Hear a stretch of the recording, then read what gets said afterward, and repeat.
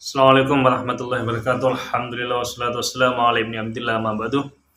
Para sahabat bisikan dari langit yang dirahmati oleh Allah Subhanahu wa taala dimanapun kalian berada, semoga tetap dalam perlindungan Allah Subhanahu wa taala. Amin. Amin Allahumma amin.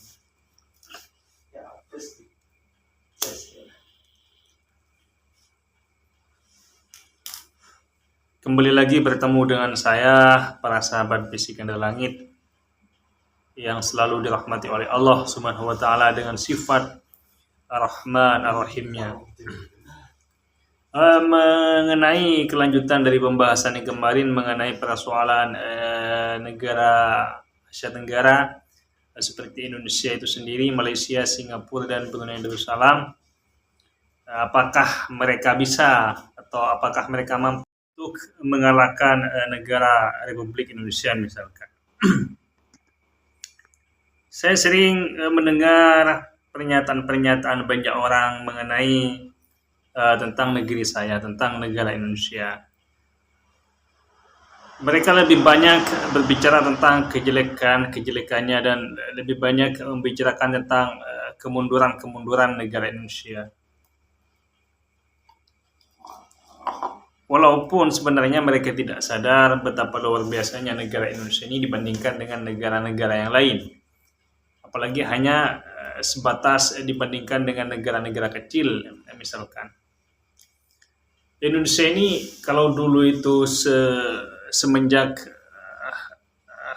Uni Soviet berkuasa, dulu Uni Soviet itu nomor satu luasnya, terbesar di dunia sebelum Ukraina dan Chechnya dan beberapa negara-negara lain memisahkan diri misalkan.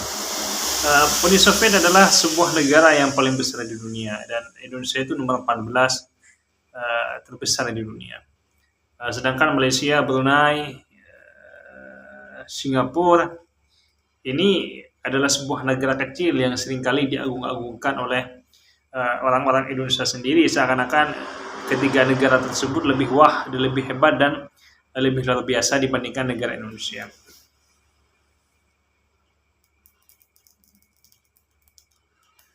Sedangkan kalau kita kaji secara seksama misalkan, secara jujur misalkan, Indonesia ini sangatlah luar biasa melihat dari sumber daya manusia, melihat dari kekayaan alam. Indonesia ini sangatlah luar biasa.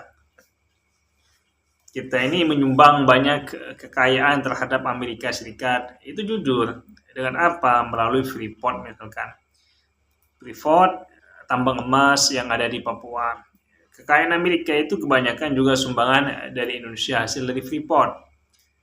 Jepang kita sumbang juga. Dari mana sumbangannya? Itu dari besi-besi yang diimpor ke Jepang, lalu besi-besinya itu dibuang lagi ke Indonesia dengan harga yang mahal, yaitu berupa Mitsubishi, Toyota, Kawasaki, dan produk-produk kendaraan yang lain. Itu kan besinya dari Indonesia.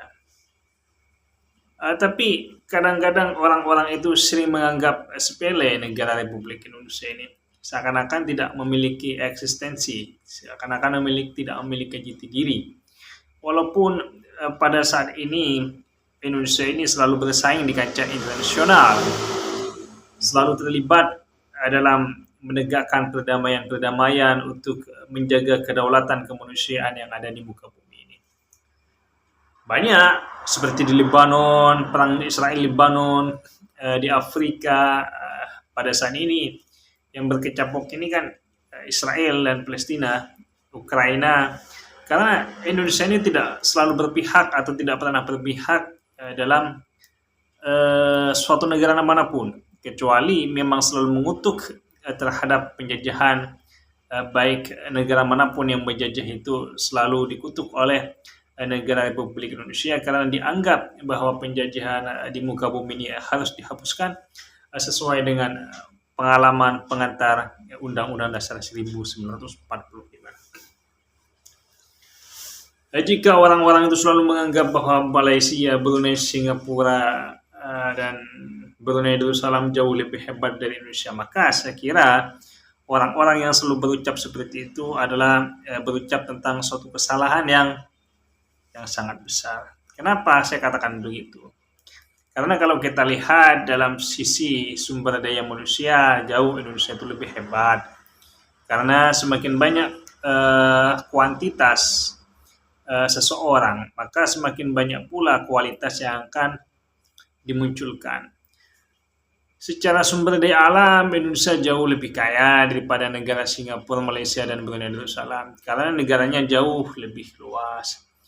Bahkan dengan Jakarta sendiri, saya kira, atau dengan Jawa Tengah sendiri, saya kira Malaysia, Singapura, Brunei Darussalam itu tidaklah lebih luas daripada Jawa Tengah. Apalagi dengan se-Indonesia Raya ini, dari Aceh sampai Papua misalnya, jauh sekali. Hanya saja negara besar itu kan memang sulit untuk diakomodir. Diseragamkan itu sulit. Berbeda dengan Singapura, negara yang kecil, instruksi suatu hal langsung itu merata. Atau memiliki desain untuk kemajuan teknologi, ya itu sangat mudah sekali karena skalanya lebih kecil. Atau Brunei Darussalam mungkin yang lebih kecil lagi mungkin. Ini jauh lebih mudah untuk memajukan sebuah komunitas yang kecil daripada sebuah komunitas yang besar seperti Indonesia ini. Indonesia begitulah sulit karena memang negara ini berupa kepulauan. Sehingga untuk menciptakan kemajuan-kemajuan secara singkat itu tidaklah mudah, walaupun itu tidak mustahil. Karena di 5 tahun yang akan datang, di 10 tahun yang akan datang, persaingan Indonesia itu tidak lagi bersaing dengan negara-negara Asia Tenggara seperti Vietnam, Thailand, Malaysia, Singapura, dan Brunei Darussalam, tidak. Tapi akan bersaing dengan negara-negara besar seperti Amerika, China, Prancis, Inggris, dan negara-negara besar yang lain.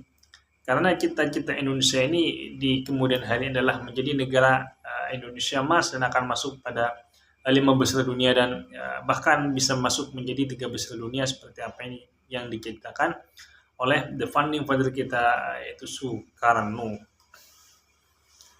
Para sahabat bizikan dari langit yang dirahmati oleh Allah Subhanahu wa taala. Lebih-lebih orang Indonesia ini harus sadar bahwa Indonesia ini jauh lebih unggul, lebih memiliki eksistensi, lebih memiliki martabat daripada negara-negara yang selalu dipuja-puji lalu mengkerdilkan bangsanya sendiri. Sehingga kalau nanti Indonesia akan maju, mereka akan malu sendiri karena telah sering mengkerdilkan Indonesia hanya karena nilai tukar uang Indonesia ini sangatlah rendah.